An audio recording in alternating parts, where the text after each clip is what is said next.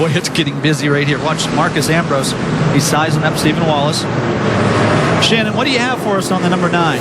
Well, since we're talking pretty much the entire race about fuel mileage strategy, I did want to give you a report from Marcos Ambrose's team. He says that right now they're getting low gas mileage compared to some of the other guys in the field. And Marcus has been running about 90%. So he told his team, let me know if I need to start saving you guys fuel even as early as right now. And I spoke with his crew chief, and we have some trouble on the track. I think my monitor's a little frozen, guys. Sorry about that. 23 went around. You guys. Yeah, Alex Kennedy took it around. We'll pick it up for you, Shannon, and let you finish that point a little bit later. Now, he is off the track right now, and I think they're just going to be, yes, they're just yellow in that corner, or I should say the blue flag. And there, the race continues, and he'll be able to get started, and we will not have to go full course caution. He's out of harm's way if he can get it fired up again. I tell you what, when Jacques gets out in the clean air, listen to the crowd down to turn 1, 2.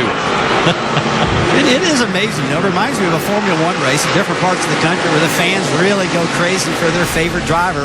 That's from that area. And right here in Canada, they are really going crazy for these two. We just don't see that in the States, you know? Hey, listen, we've been treated. This has been an outstanding experience, has it not? And it's been a wonderful weekend weather-wise, and we're seeing a great race. Only got lost 2 or 3 times getting back to the hotel. Other than that, Ricky, you're right. Well, that was because you're co-pilot. Yeah, that's true. That's me. I'm the co-pilot, right? I was messing up quite a bit. Actually, I thought Rusty's French was par excellence. All right. Back to the race. On board with Stephen Wallace as it looks like he's under attack from the 12 of Alex Tagliani, and Tags looks like he's going to take the spot away from him. Yeah, take it nice and easy here. Just some move Tags up to 4th, Stephen back to 5th. He's got Robbie Gordon all over him as well. Tell you what, it looks a lot scarier from the booth than it does in the car, probably, Ricky, because, I mean, these guys look like it's the last lap of the race, and they're only on lap 21 right now. Yeah, you watch him hit these aprons of Robbie Gordon, looking to the inside of Stephen Wallace. Not able to complete the pass, but these drivers are so aggressive with the curbing and hitting these aprons, and it's got to take its toll on the front end, the alignment on these cars. You know, that's a good point. It's got to. I mean, they're hitting so hard. I mean, if I was their spotters and their crew chiefs, I'd be seeing guys be kinder to the car, man. We're only 21 laps into a 74-lap race. Don't tear these things up, but I don't think they listen too good. Especially right here in this set of turns. This is the worst. Watch these cars. Bang, bang, bang. And the one thing I'd like to point out here, guys, remember we talked about the 20 really good road course racers? Our top 10, let's tip the hat to Steven because he's running 5th. Jason Leffler running 7th. They're nationwide regulars. They're not known for road course specialists. They're in the mix with 8 other guys that are. And Marty, their objective is obviously different, right? They're looking big picture, points, as opposed to guys that are coming in for one weekend, and it's all about the trophy. Well, Robbie Gordon is about the trophy. He would love to make up for what he lost here years ago. He still feels he should have won that race. Unfinished business for him as well. There's your top 5 as we're working lap 22 at Montreal. Welcome back to the Napa Autoparts 200, and make sure to go to NASCAR.com for all your latest NASCAR information. As you can see, we are working lap 23 of 74, and Jacques Villeneuve is out in front at the track named for his father. Second place is Marcus Ambrose, who started in the back of the field. Michael McDowell is 3rd. Alex Tagliani, who started on the outside of the front row, is 4th. Robbie Gordon 5th. Stephen Wallace 6th. Jason Leffler 7th. Ron Fellows 8th. Patrick Carpentier 9th. And J.R. Fitzpatrick has moved into the top 10.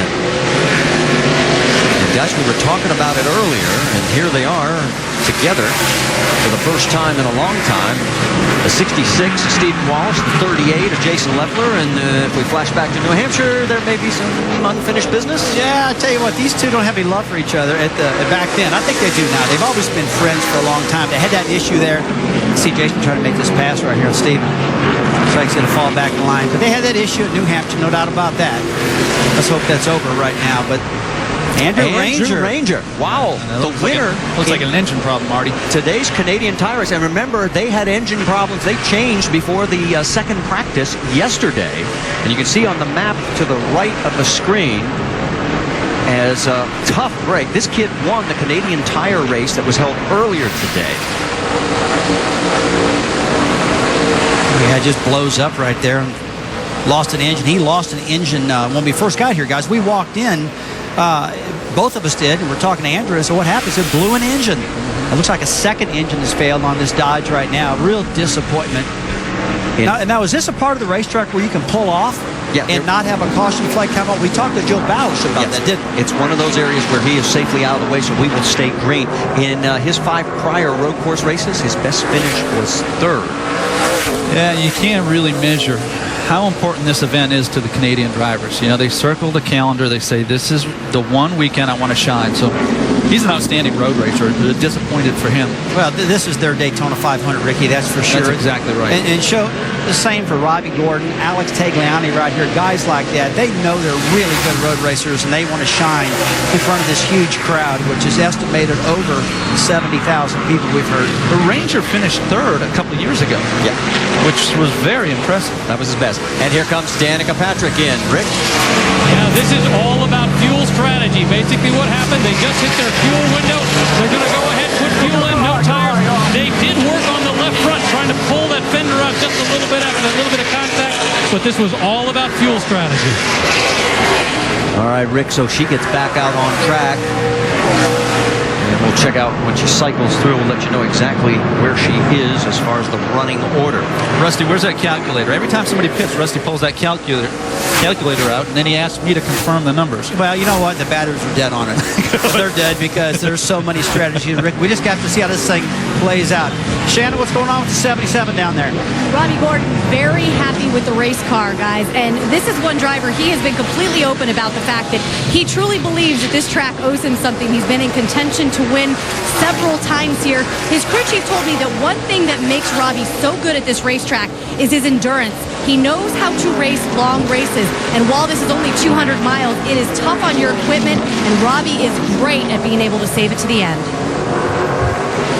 There's no disputing. Robbie is one of the best road racers and has had a lot of success. I think the one downfall to Robbie is that there are times when he's inside the race car, he tries to play crew chief and he tries to play strategy, and you can't do both. But left to driving the race car, I put him up against anybody.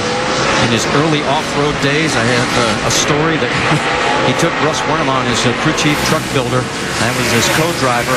Took him through a wash area, and they said, "Oh no, we can't do it. We didn't pre-run this." And he's coming across this wash, slams the throttle. They barely make it across. The story goes, Russ got out of the truck and never got back in it again.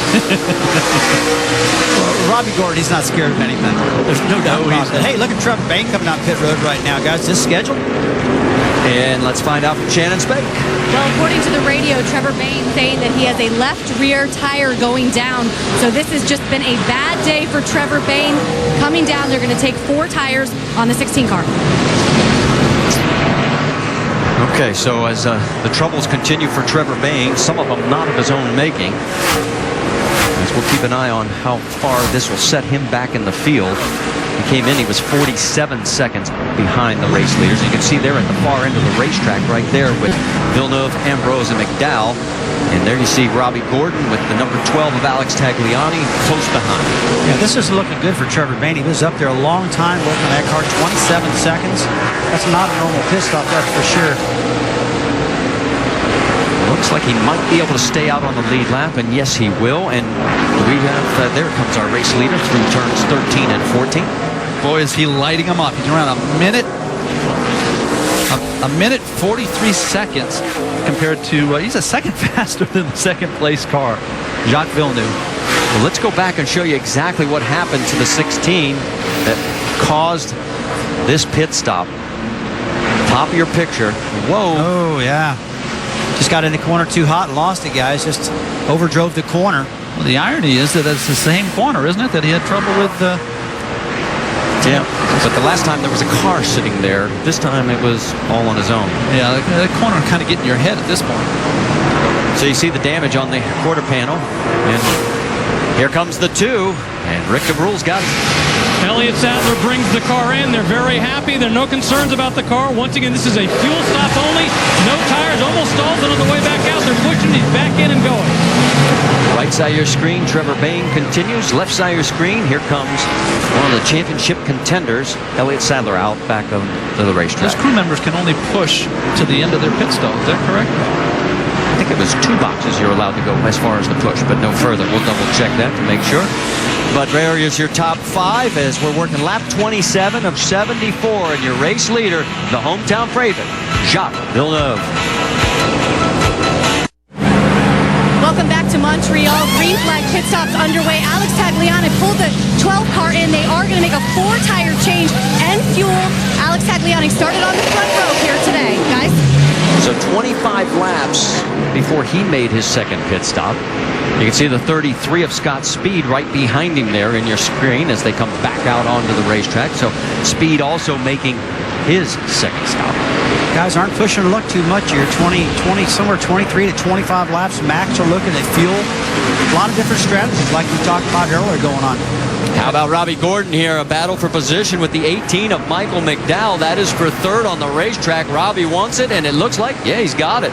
Yeah, he's giving them the peace sign out the driver's side window, and it's basically just a courteous. Look, you know, you didn't race me off the exit. Thank you. I'll give it back to you later if you're faster than I am. Tell you what, this Robbie's doing a great job. I mean, he is an incredible road racer, but he's had so much bad luck of late, last 2 or 3 years. See, Marcus Ambrose coming in, left the screen pit now, but back to Robbie. This is one of the best runs I've seen him have, guys. Yeah, and Michael McDowell. You got to remember that, you know, Michael McDowell dominated Road America and had a self-imposed mistake. Got to come here feeling like he's got to get one back for the team. Ambrose last pitted on lap 5. Here he is in lap number 29, and he's not happy with the car, Shannon. That's right. We told you earlier how the first laps in this car were when he jumped in and took the green flag. They have been working on the handling pretty much since the start of the race. They made a track bar adjustment on their first pit stop. They're going to continue to work that track bar here on this pit stop as well. It is a scheduled 4-tire stop. It may take a little bit longer than normal, guys, because, of course, they will be waiting for fuel. This is one of the Roush Fenway cars that's fielded out of Richard Petty's shop. They put a lot of focus on this car for this particular event because they know how good it is. Jim. All right, Steve Wallace and Justin Allgaier have both hit pit road. There you see Steve Wallace on the left having a little hard time on the left-hand turns. Car's a little loose. They'll take 4 tires, chassis adjustment, air pressure adjustment, and Steve Wallace is away. 35 miles an hour pit road speed. Right side of your screen, we continue on that battle for second between Robbie Gordon and Michael McDowell. They're chasing that man on the left side of your screen. Jacques Villeneuve, he leads by that margin. Marty, I talked to Jacques Villeneuve earlier. I said, you know, I raced against your uncle, and I've never seen anybody drive deeper in the corner. Well, nobody other than you. This guy is unbelievable in the braking zones, and he's running laps right now still over a second faster than the second, third, and fourth place cars. He won't back off. You see him hit the curbs there. He is so aggressive. And that's what I want to ask you guys. Is he using this car up too much? He's got the best car out there right now. Does he need to hammer it that hard? Well, in my opinion, I think he is overdriving just a little bit much, but you're not going to slow this guy down in front of this Canadian crowd. Like I said, this is his Daytona 500. He's going for it. This guy's going to get it on. And he's probably caught up in that hometown feel, isn't he, Rusty? I think he is. He's caught up. It's like me when I go to Bristol, where I've won a lot at. I mean, I feel so jazzed up when I get there. Jim. Guys, Michael McDowell is going to come down, and he has been very, very conservative thus far. He told me Friday, I want to save this car for the last 5 laps of the race. He has done that. It's going to be a 4-tire stop, and they will fill it full of Sunoco racing fuel. But Michael McDowell and Jason Ratcliffe got together and said, we are not going to push this until about 10 to 15 laps to go. We want to be the best in the last 5. And bad news for the 66. Stephen Wallace too fast exiting. He'll have to do the pass-through as Jacques Villeneuve continues to motor around this 2.7-mile layout. He won the Atlantic race here back in 1993. That got him his ride into Champ Car, back then known as CART. He was Rookie of the Year in 94. Of course, won the Indianapolis 500 and the championship in 95. And then moved on to a 10-year career in Formula One. And it was there that he had his last pole position. I mean, it's been 10 years since he had a pole until today. He's had a great career. You know, I grew up not far from here as a fan of his dad, Gilles Villeneuve. The fact of the matter is, you know, I'm a fan of anybody that races snowmobiles. Well, Gilles, and he's coming in now. So Jacques, who made his first stop on lap number 7, is now coming in here on lap number 31. strategies all across the board. You know, there's very few similarities. You know, it's almost like everybody's got a little different theme to this as we watch Robbie Gordon now, the new leader. He will become our 4th different leader with 4 lead changes. Let's check in with Sanders. Well, as Jock makes his way down pit road, they're telling him, wait on fuel. We will give you the cue to go. You guys mentioned